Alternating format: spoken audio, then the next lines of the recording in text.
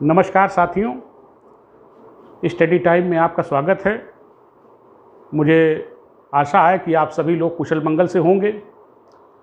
अब देखिए, पिछले टर्न पर हम लोगों ने चर्चा की थी 1919 के भारत शासन अधिनियम पर, और आज हम बहुत बड़े अधिनियम, जो अब तक का सबसे बड़ा है, 1935 का भारत शासन अधिनियम, उस पर चर्चा करेंगे। लेकिन उस पर चर्चा करने से पहले जो उसका आधार है साइमन कमीशन, तो साइमन कमीशन को जानना बेहद आवश्यक है। तो आइए साथियों, सबसे पहले साइमन कमीशन के विषय में हम लोग जान लेते हैं।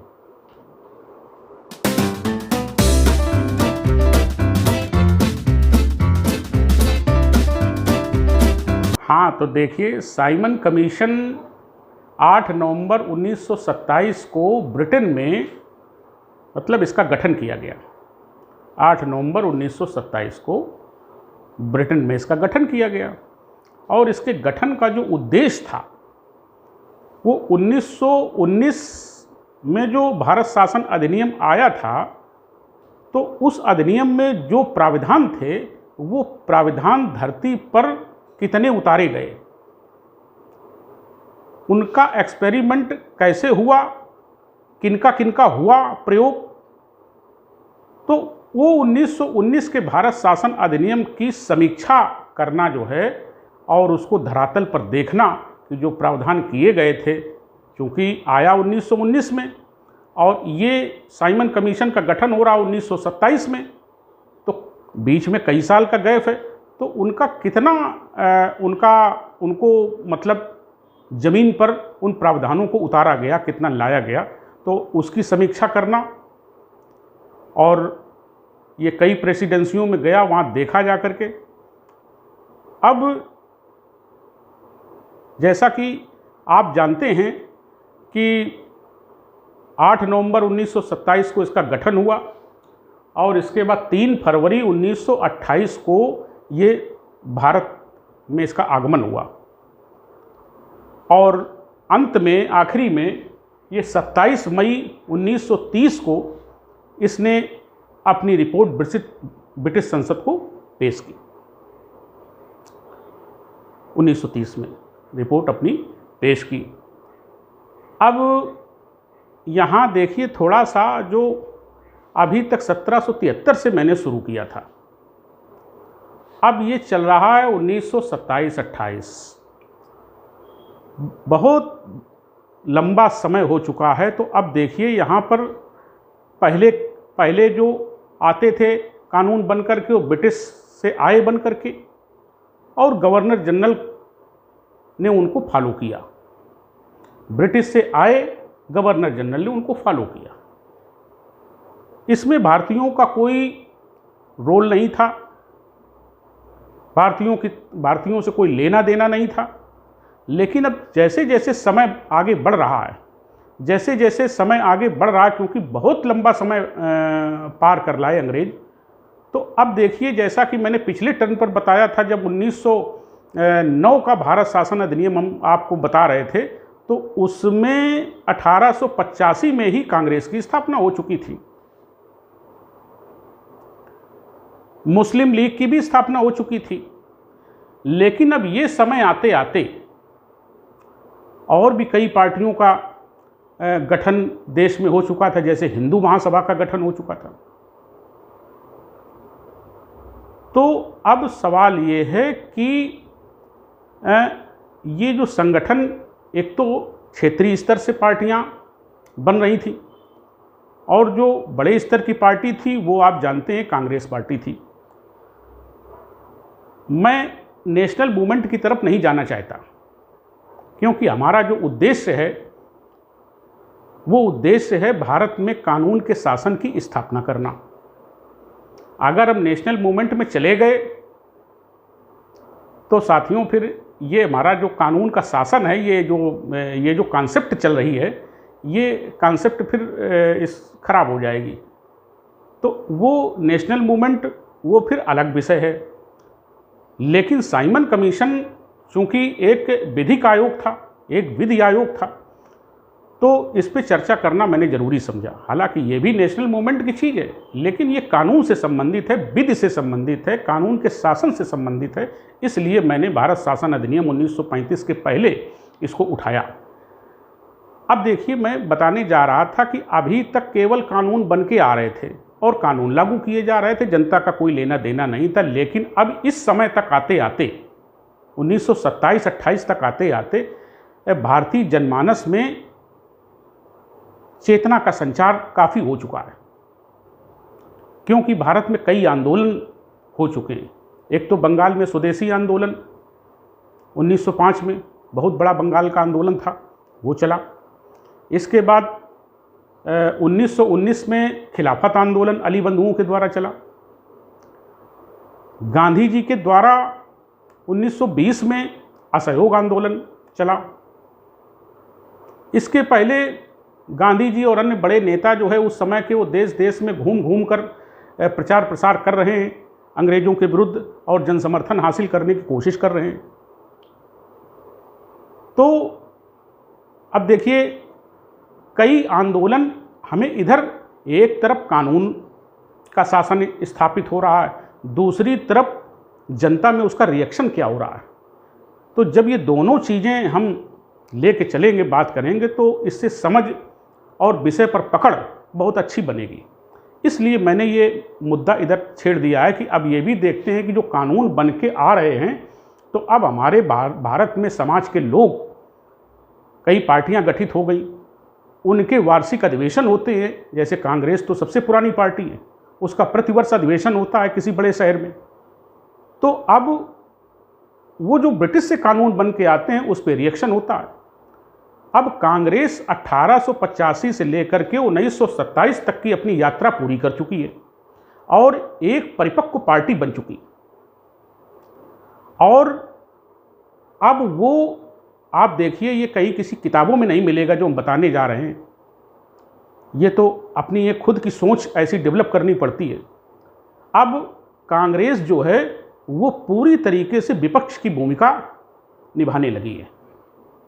अब वो विपक्ष की भूमिका में है। अब सवाल ये है कि वो सत्ता में तो है नहीं, फिर विपक्ष कैसा? बिल्कुल साथियों, विपक्ष है।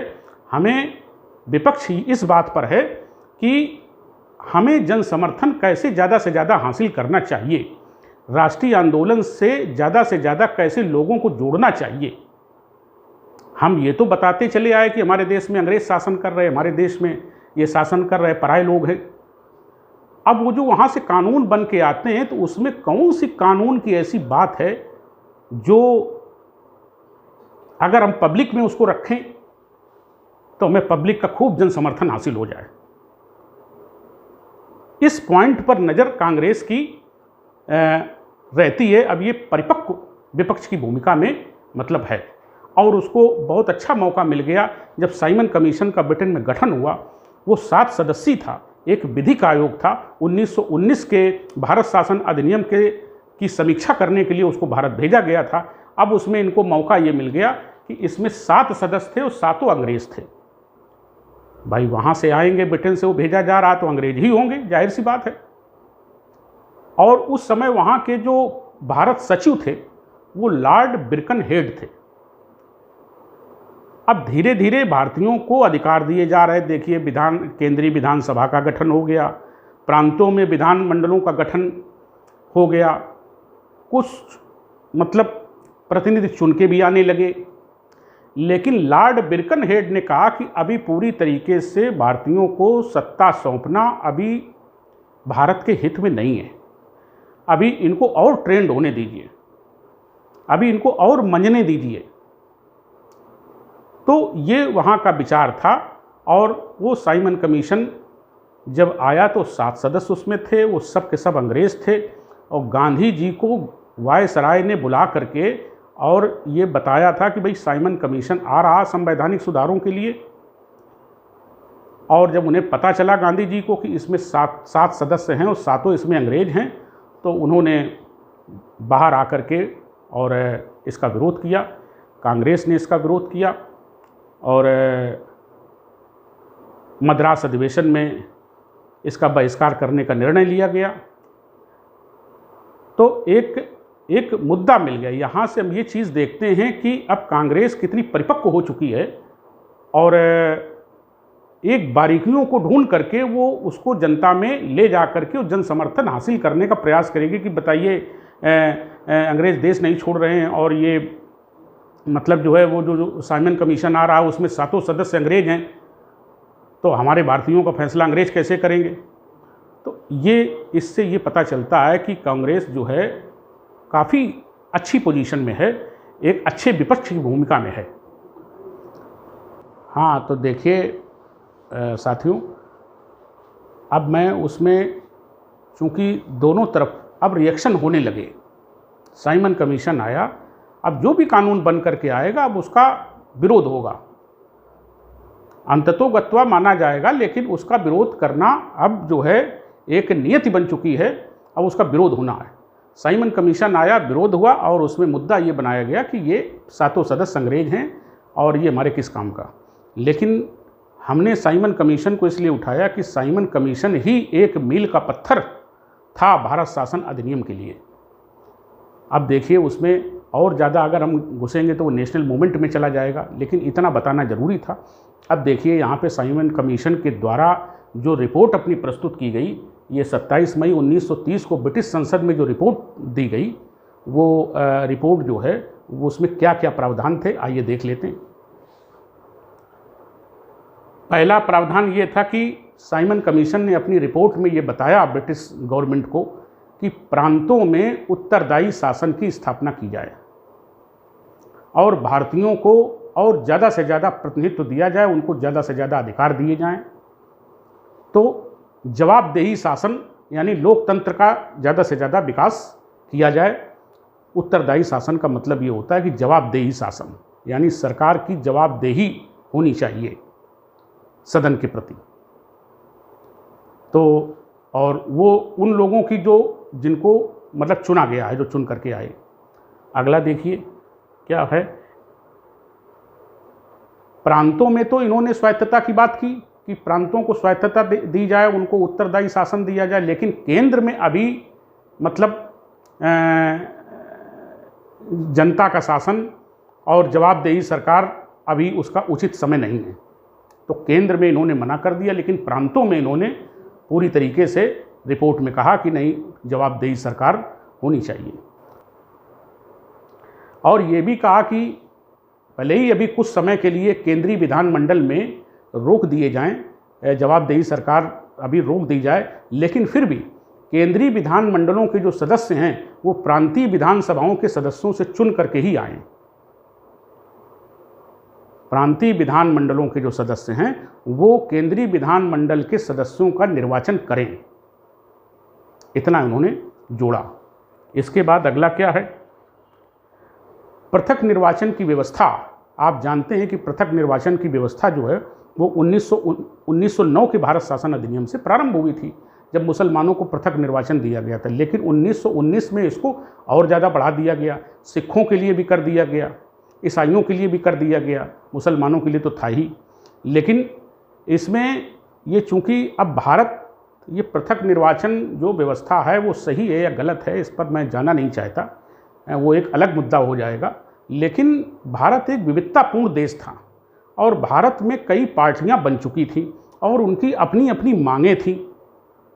इस देश में बहुत सी समस्याएं थीं। अब वो अंग्रेज़ों के माध्यम से वो पार्टियां अपनी समस्याओं को सुलझाना चाहती थी। अंग्रेज भी इस चीज़ को समझ रहे थे, बहुत साल उनको रहते रहते हो गए, शासन करते करते हो गए। तो ये जो साइमन कमीशन है, साइमन कमीशन में उस 1919 में जो पृथक निर्वाचन को बढ़ाया गया था, साइमन कमीशन ने भी कहा कि पृथक निर्वाचन से समाज के, देश के जो विभिन्न तबके हैं उनका प्रतिनिधित्व शासन प्रशासन में होता है, बढ़ता है, इसको और विस्तार किया जाए। तो इसको मतलब जो है और ज़्यादा विस्तार किया गया और दलित वर्गों के लिए भी इसमें विस्तार का प्रावधान इसमें था, तो पृथक निर्वाचन में। अब देखिए अगला क्या है कि एक बहुत बड़ी बात कही गई साइमन कमीशन के रिपोर्ट में कि भारतीयों की समस्याओं को सुनने के लिए, चूंकि भारत जो है विविधतापूर्ण देश है, कई धर्म हैं, कई जातियां हैं, और हमारे जो हिंदू समाज है उसमें भी बहुत सी व्याधियां हैं, बहुत सी समस्याएं हैं, तो और हर वर्ग की अपनी अपनी अलग अलग समस्याएं। तो इन समस्याओं को, इनको जब तक हम समझेंगे नहीं, तब तक आगे भविष्य में सत्ता की किसी को बागडोर देना भारत के लिए उचित नहीं होगा। तो इसके लिए साइमन कमीशन ने एक बहुत बड़ी सिफारिश की कि भारत के जो विभिन्न अपने हितों के संरक्षण के लिए जो लोग हैं, पार्टी हैं, राजे महाराजे हैं, जमींदार हैं, दलित शोषित समाज के लोग हैं, कांग्रेस पार्टी है और जो क्षेत्रीय स्तर की पार्टी, इनके प्रतिनिधियों को बुलाया जाए तो गोलमेज सम्मेलनों की व्यवस्था की जाए। जो सम्राट हैं वो गोलमेज सम्मेलन की व्यवस्था करें, ब्रिटिश संसद करे, और गोलमेज सम्मेलन में भारत के उन सभी समूहों को, पार्टियों को, संगठनों को, जिनकी अपनी अपनी अलग अलग मांगें, उनको सुना जाए, उनको समझा जाए। तो गोलमेज सम्मेलन की इसमें व्यवस्था की सिफारिश की गई थी। ये एक बहुत बड़ी बात है। और आप जानते हैं नेशनल मूवमेंट में आप पढ़ेंगे कि 3 गोलमेज सम्मेलन हुए, और ये मतलब जो है ये काफ़ी समय तक ये चले, और इसके आधार पे फिर ये जब सम्मेलन हो गए तो इसके आधार पे संवैधानिक सुधारों पर एक श्वेत पत्र जारी किया गया, और वो श्वेत पत्र भारत शासन अधिनियम 1935 का आधार बना। तो कुल मिलाकर के साइमन कमीशन की सिफारिश के आधार पर ही भारत शासन अधिनियम का विकास हो सका। अब देखिए,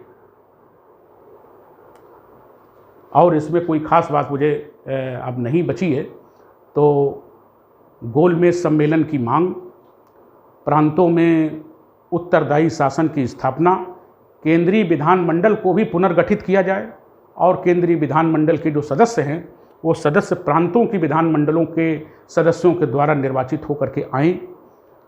और इसके अलावा जो है इसमें जब समस्याएं सुन ली जाएं तो एक श्वेत पत्र जारी किया जाए। तो ये सारी चीज़ें साइमन कमीशन में थीं, और यही भारत शासन अधिनियम 1935 का आधार बनी। अब देखिए, आता है भारत शासन अधिनियम 1935।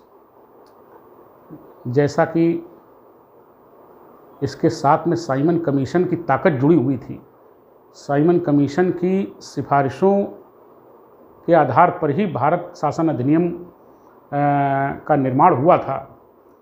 तो इसलिए मैंने साइमन कमीशन को बताना उचित समझा। तो आइए साथियों, देखते हैं कि भारत शासन अधिनियम ये क्या था, और इसकी सबसे बड़ी जो विशेषता थी इस अधिनियम की वो ये थी कि पहली बात तो ये कि ये अब तक के सारे जितने भी कानून आए, सारे कानूनों में सबसे बड़ा कानून था, बहुत बड़ा अधिनियम था, सबसे विस्तृत था। और दूसरी जो इसकी विशेषता थी वो ये कि यही अधिनियम, यही भारत शासन अधिनियम 1935 ये हमारे संविधान का आधार बना। तो ये 2 महत्वपूर्ण इसकी विशेषताएं हैं। और जैसा कि मैंने आपको पहले भी बताया था कि जब 1858 के अधिनियम में जब कंपनी के शासन को पूरी तरह समाप्त कर दिया गया था, तो क्राउन ने ये बात कही थी कि अब भारत में उत्तरदायी शासन की स्थापना होगी, अब मन का मानी नहीं होगी। जैसे कंपनी मन का मानी करती रही, तो अब भारत की जनता का ख्याल रखा जाएगा और ऐसे कानून बनाए जाएंगे जो मतलब देश के लिए उचित हों, ठीक हों, और एक ऐसी शासन व्यवस्था, भारतीयों को भी शासन कैसे किया जाएगा, धीरे धीरे वो जानेंगे, सीखेंगे कि शासन कैसे किया जाता है। तो एक जवाबदेही सरकार, एक उत्तरदायी सरकार की स्थापना और कानून की स्थापना इस देश में होगी। ये बात 1858 में बताई गई थी। फिर उसका जितने भी अधिनियम उसके बाद में आए, फिर उनको धीरे धीरे उसमें व्यवस्था कानून के शासन की और ज़्यादा बढ़ाई गई, जवाबदेही सरकारों की और ज़्यादा बढ़ाई गई। अब देखिए, ये बहुत बड़ा अधिनियम सामने है 1935। इसके 2 उद्देश्य मैंने आपको बताए। अब इसकी तरफ आगे बढ़ते हैं कि इसमें क्या खास बातें हैं।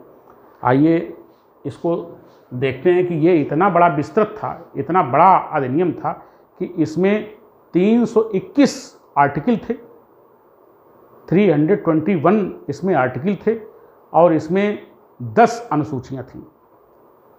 इतना बड़ा अधिनियम था, अब तक का सबसे बड़ा अधिनियम। 321 धाराएं और 10 अनुसूचियां इसमें थीं। और यही साथियों, यही कानून जो है संविधान निर्माण का ये आधार बना, ये मील का पत्थर कहा जाता है। जैसे इस अधिनियम के लिए मैंने आपको बताया कि मील का पत्थर साइमन कमीशन था, उसी प्रकार से संविधान निर्माण के लिए ये 1935 का अधिनियम मील का पत्थर था। अब देखिए, इसमें दूसरा जो इसमें व्यवस्था की गई वो एक अखिल भारतीय संघ की व्यवस्था की गई। एक ऐसा संघ परिकल्पित किया गया जो ब्रिटिश भारत तो क्राउन का है ही, तो उसमें कोई समस्या नहीं है। समस्या थी देसी रियासतों की, क्योंकि वो पूर्ण रूप से स्वायत्त थे, उनके ऊपर वहाँ पर ब्रिटिश कानून लागू नहीं थे, वहाँ उनके अपने कानून लागू थे। तो ये परिकल्पना की गई कि अब राजाओं में थोड़ी समझ आ गई होगी और वो अगर वो समझें, उनसे ज़बरदस्ती नहीं की गई, अगर वो उचित समझें तो अपनी देसी रियासतों का ब्रिटिश भारत में विलय कर दें। और इस प्रकार से अगर वो विलय कर देते हैं तो एक अखिल भारतीय संघ का निर्माण हो सकेगा। लेकिन अगर ब्रिटिश गवर्नमेंट चाहती तो जबरन उनकी रियासतों को ब्रिटिश भारत में विलय कर सकती थी। लेकिन चूँकि अब जब हम लोकतंत्र की धीरे धीरे स्थापना हो रही है तो उसमें जबरन का कोई अब धीरे धीरे अब जबरन कोई काम नहीं हो रहा है, उनकी इच्छा पर छोड़ दिया गया कि अगर वो चाहें तो। लेकिन राजे महाराजे कहाँ चेतने वाले, उनकी तो वो तो उनको अपनी परंपराओं पर बड़ा घमंड है, बड़ा गुरूर है। तो वो तो ये नई चीज़ें जो नए परिवर्तन हो रहे हैं, नई विचारधाराएं आ रही हैं, नए नए कानून आ रहे हैं, इनसे उनको कोई लेना देना नहीं, वो धर्म में ही अभी अटके पड़े हैं।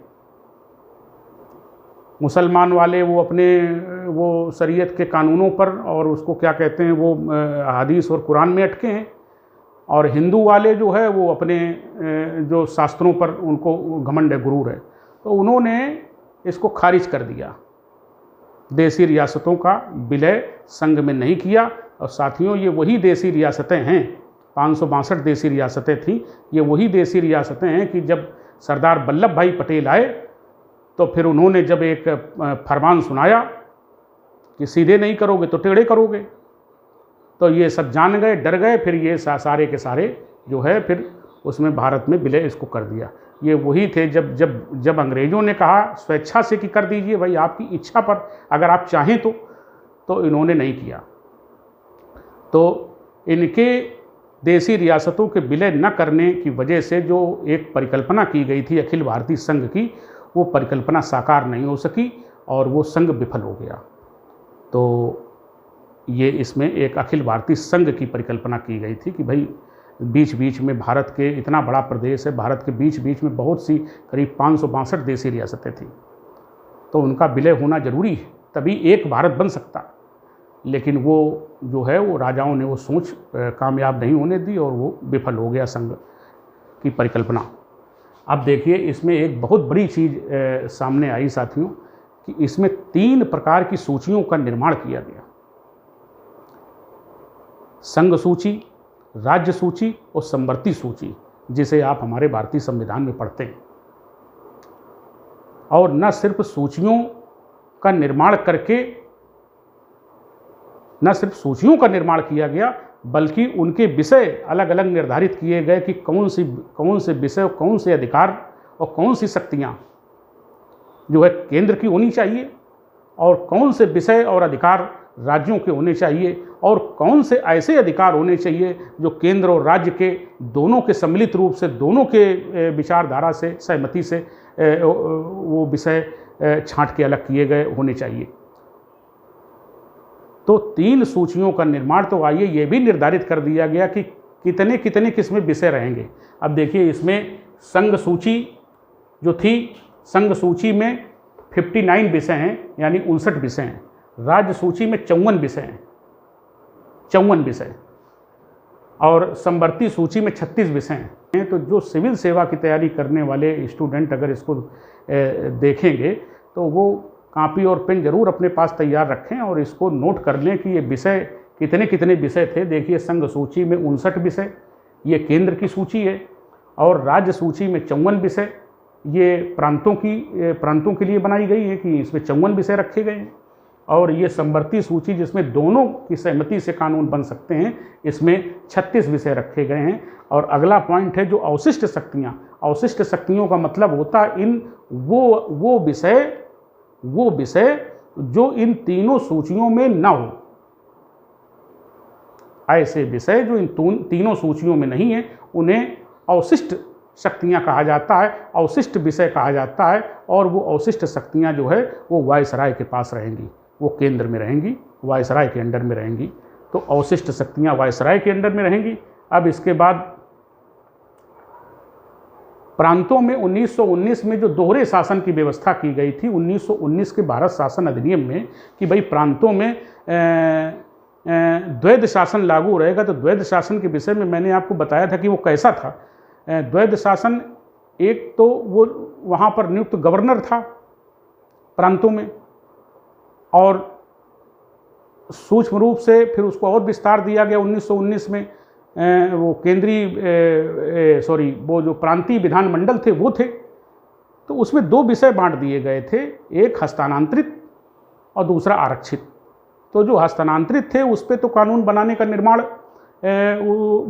वहाँ की विधान परिषद को था, और जो आरक्षित विषय थे उस पर वो कानून जो है वो गवर्नर बनाता था। उसमें उनकी जो चुन करके आए उनसे कोई सहमति नहीं लेता था। तो इस तरीके से ये उसमें कंट्रडिक्शन था। अब ये कंट्रडिक्शन जो है ये इसमें केंद्र में उसको प्रांतों में ख़त्म कर दिया गया। अब उसको केंद्र में ला दिया गया और केंद्र में गवर्नर जनरल को दो अधिकार दिए गए, जैसे कि प्रांतों में थे कि हस्तांतरित और आरक्षित। तो हस्तांतरित में ये केंद्रीय विधानमंडल की बात मैं कर रहा हूँ। प्रांतों से तो 1919 में तो उनको हटा दिया गया 1935 के भारत शासन अधिनियम में, लेकिन केंद्र में उसको उचित समझा गया कि नहीं, अभी वहाँ होना चाहिए वायसराय के पास में जो है वो आरक्षित विषय वायसराय के अंडर में होना चाहिए, और जो हस्तांतरित थे उस पर केंद्रीय विधानमंडल अपना कानून निर्माण कर सकती। तो केंद्र में द्वैध शासन की व्यवस्था की गई। इसके बाद इसमें 1935 के भारत शासन अधिनियम में चुनाव कराने का प्रावधान किया गया। हमारे देश में पहली बार 1935 के भारत शासन अधिनियम के आधार पर 1937 में पहली बार आम चुनाव हुए।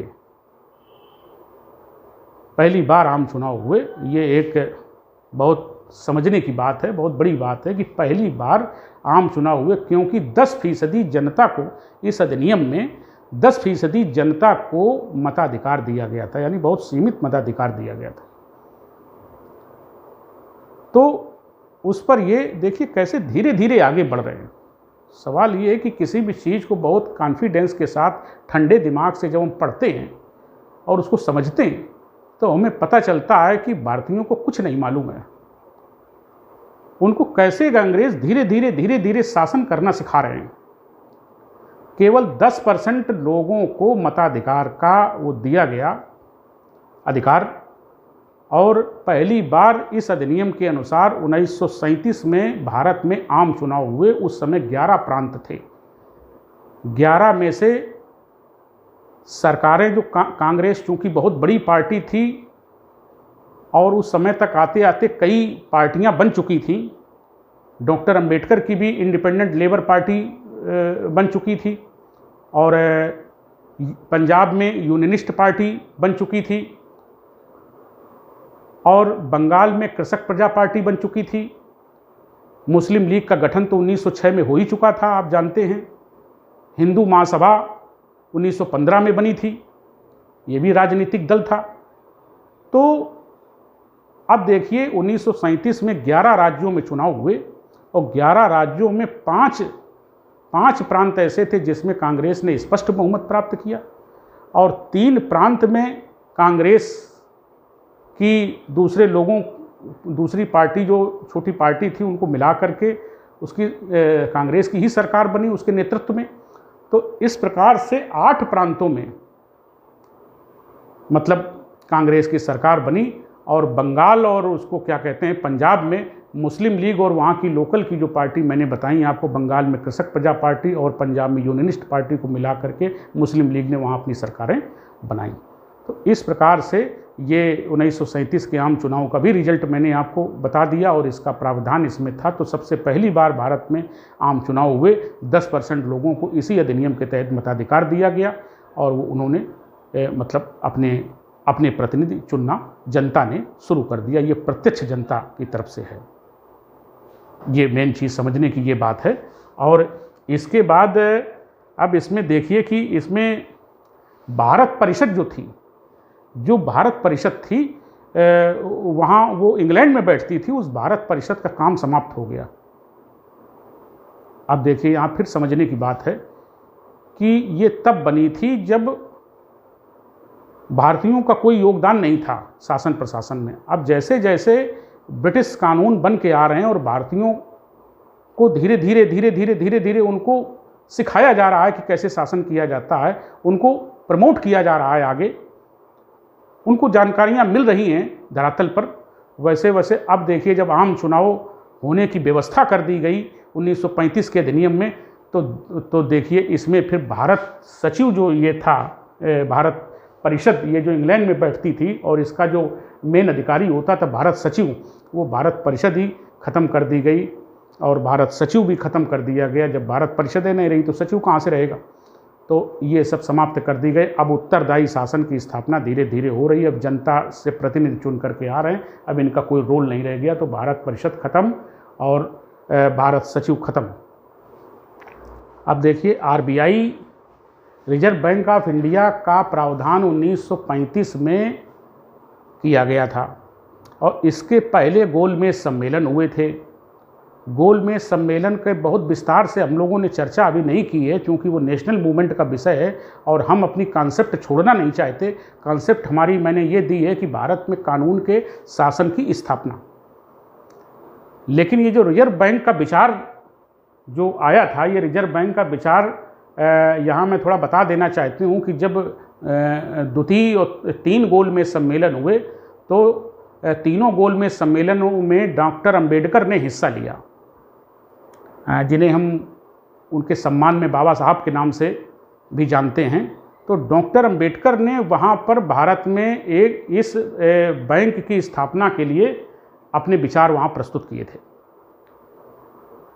गोलमेज सम्मेलन में इंग्लैंड में। वहाँ मतलब जो है एक भारत में एक रिजर्व बैंक ऑफ इंडिया होना चाहिए जिसके अंडर में सभी बैंक उसमें रहें। इसका सुझाव जो है डॉक्टर अंबेडकर ने वहाँ अपने भाषण में दिया था और जब 1935 का भारत शासन अधिनियम बन के आया तो उसमें ये प्रावधान मतलब किया गया। और इसके बाद अगला जो है इसमें जैसा कि मैंने बताया कि 10% जनता को भी मताधिकार दिया गया तो वो इसी में प्रावधान था, इसीलिए दिया गया था। इसके बाद अगला जो है वो चूँकि दलितों को पृथक निर्वाचन की व्यवस्था नहीं थी, हालांकि जो पृथक निर्वाचन उनके लिए भी ब्रिटिश गवर्नमेंट चाहती थी और डॉक्टर अंबेडकर भी पृथक निर्वाचन चाहते थे कि भाई जैसे मुस्लिम लीग को आपने दिया है और उसमें आपने सिखों को दिया है, आपने ईसाइयों को दिया है, तो ये जो दलित शोषित समाज के लोग हैं जो सदियों से दबाए गए, इनको कोई अधिकार नहीं है, न पढ़ने का अधिकार, ना अच्छे कपड़े पहनने का अधिकार, ना इनको धार्मिक अनुष्ठानों करने का अधिकार, ना मंदिरों में जाने का अधिकार, ये इनका कोई विकास नहीं हुआ। तो अब इनका क्या होगा, तो ये हिंदू देने वाले नहीं हैं। तो इसलिए मतलब वहाँ डॉक्टर अंबेडकर ने दलित शोषित लोगों की लड़ाई लड़ी, बहुत एक बड़ी बात है। अपने स्वार्थों के लिए तो सब लड़ते हैं, लेकिन गरीबों के लिए अगर कोई लड़ा है तो निश्चित रूप से वो मेरी नज़र में महान है। तो बाबा साहब ने मतलब न सिर्फ दलितों की लड़ाई लड़ी लेकिन भारत के लिए वहाँ गोलमेज सम्मेलन में जाकर के रिजर्व बैंक ऑफ इंडिया का सुझाव दिया, क्योंकि उन्होंने एक थीसिस बहुत बड़ी लिखी थी जब वो पढ़ रहे थे कि प्रॉब्लम ऑफ रूपी में थीसिस लिखी थी। तो वो तो खैर उनके जीवन चरित्र के विषय में कभी मौका लगा तो बताएंगे। फिलहाल दलित जातियों को चूंकि पृथक निर्वाचन की मांग वहाँ के रामजे मैकडोनाल्ड जो प्रधानमंत्री थे उन्होंने तो स्वीकार कर लिया था, लेकिन भारत में गांधी जी ने बहुत तीखा विरोध किया था। हालांकि डॉक्टर अंबेडकर भी पृथक निर्वाचन चाहते थे। तो लेकिन फिर बाद में पूना पैक्ट हुआ 1932 में यरबदा की जेल में, और वहाँ गांधी जी और अंबेडकर आमने सामने थे, और वहाँ गांधी जी यरबदा की जेल में थे। डॉक्टर अंबेडकर को पूरे देश में उनके ऊपर दबाव पड़ रहा था, जान से मारने की धमकियां दी जा रही थी। तो वो फिर वहाँ यरबदा की जेल में, लेकिन बाबा साहब ये जानते थे कि अगर ये मौका अगर चूकते हैं तो ये इनकी स्थिति सदियों से जैसी है वैसी ही बनी रहेगी। फिर यरबदा की जेल में मिलने गए, वहाँ पूना पैक्ट हुआ। पूना पैक्ट में पृथक निर्वाचन की मांग तो डॉक्टर अंबेडकर ने वापस ले ली, लेकिन शासन और प्रशासन में मतलब जो है संख्या के आधार पर दलित वर्ग के लोगों को रिजर्वेशन दिया जाएगा। ये रिजर्वेशन की शुरुआत हमारी आज़ादी के पहले से 1932 के पूना पैक्ट से ये चली आ रही है। तो इसलिए उनकी इस अधिनियम में चूंकि ये समझौता भारत के लोगों के बीच में हो गया, तो वहाँ से जो ब्रिटिश कानून जो 1935 बन करके आया उसमें फिर इनको रिजर्वेशन ही दलितों को इसमें 15% इनको दिया गया। शासन की जो संसदीय चुनाव होंगे या प्रांतीय चुनाव होंगे या सर्विसेज में, तो ये दिया गया 15% उनकी संख्या के आधार पे। तो पृथक निर्वाचन नहीं था, ये रिजर्वेशन था। इसके बाद जो इसमें अगला जो पॉइंट है भारत शासन अधिनियम में, जैसा कि सुझाव दिया था साइमन कमीशन ने कि इस पृथक निर्वाचन का और विस्तार किया जाए, तो इसमें और विस्तार किया गया पृथक निर्वाचन का, और इसमें महिलाओं को और इसमें मजदूर वर्ग को भी इसमें शामिल किया गया। यानी सिख शामिल हो गए, मुस्लिम तो पहले से ही है शामिल, ईसाई शामिल हो गए, दलित मान गए, उन्होंने पृथक निर्वाचन की मांग वापस ले ली, लेकिन रिजर्वेशन उनके लिए हुआ। और इसके बाद महिलाओं का पृथक निर्वाचन, उनके लिए सीटें, और ये मजदूर वर्ग के लिए पृथक निर्वाचन, इसको मतलब और विस्तार दिया गया। तो ये साथियों भारत शासन अधिनियम, जिसके साथ में मैंने साइमन कमीशन को भी जोड़ करके और जनता का रिएक्शन भी, चूँकि अभी तक तो कानून आते थे, ब्रिटेन से आए, वायसराय को फॉलो करना आए, जनता का बीच में कोई रोल नहीं था। लेकिन अब ये समय घड़ी ऐसी आ गई है कि अब इसमें जनता का रिएक्शन आने लगा। जैसे जैसे उत्तरदायित्व शासन की ओर बढ़ रहे हैं, लोकतंत्र की ओर हम बढ़ रहे हैं, लोकतंत्र की स्थापना हो रही है, तो अब जनता का काम शुरू होने लगा। जब जनता का काम शुरू होने लगा तो तमाम पार्टियां बन गई, कांग्रेस तो पहले से ही थी, तो अब रिएक्शन होने लगे। तो वो रिएक्शन उधर से क्या आ रहे हैं रिएक्शन, अब जैसे मैंने साइमन कमीशन का विरोध के विषय में बताया कि साइमन कमीशन का जब विरोध हुआ तो विरोध का मुद्दा ढूंढा गया। अभी वो तो कमीशन आ रहा है अपनी 1919 के संवैधानिक सुधारों की समीक्षा करने के लिए आ रहा है, अभी तो कुछ उसने कहा ही नहीं है, अभी तो उसने कुछ कहा ही नहीं है कि क्या करेंगे क्या नहीं करेंगे। लेकिन एक मुद्दा ये ढूंढ लिया गया कि भाई अंग्रेज हैं, तो अब उनको मालूम है, अब कांग्रेस इस समय एक परिपक्व विपक्ष की स्थिति में है, तो उसे पता है कि अगर ये मुद्दा हम जनता में बुनाएंगे तो हमको पूरा जन समर्थन मिलेगा। तो उसने यही मुद्दा बुनाया गया और पूरे अपने अधिवेशन में इसके बहिष्कार का निर्णय लिया, और जिसमें हिंदू महासभा भी शामिल थी और लिबरेशन फेडरेशन एक संगठन था वो भी शामिल था। और लेकिन दक्षिण भारत की जो जस्टिस पार्टी थी और यूनियनिस्ट पार्टी थी, उन्होंने मतलब इसके बहिष्कार का निर्णय करने से मना कर दिया। लेकिन कांग्रेस ने लिया और इसको जनता के बीच में भुनाया, और इसी में लाला लाजपत राय, वहाँ चूँकि लाहौर में उनको ये नेतृत्व प्रदान किया गया था और वहाँ भारी भीड़ हो गई। लाला लाजपत राय गर्म दलीय नेता थे और वहाँ भीड़ बेकाबू हो रही थी, तो उसमें भीड़ को हटाने के लिए जब साइमन कमीशन वहाँ पहुँचा तो उसको घेर लिया गया, और फिर उसमें जब भीड़ नहीं हटी तो वो खतरा जान करके फिर लाठी का आदेश सैंडर्स ने दिया। तो उसमें फिर उसमें लाठियों से तितर बितर भीड़ को किया गया और साइमन कमीशन को बाहर निकाला गया, उसके सदस्यों को। और उसी में जो है वो लाला लाजपत राय को भी लाठियाँ लगी और 17 दिन के बाद उनकी इसमें मृत्यु मतलब हो गई।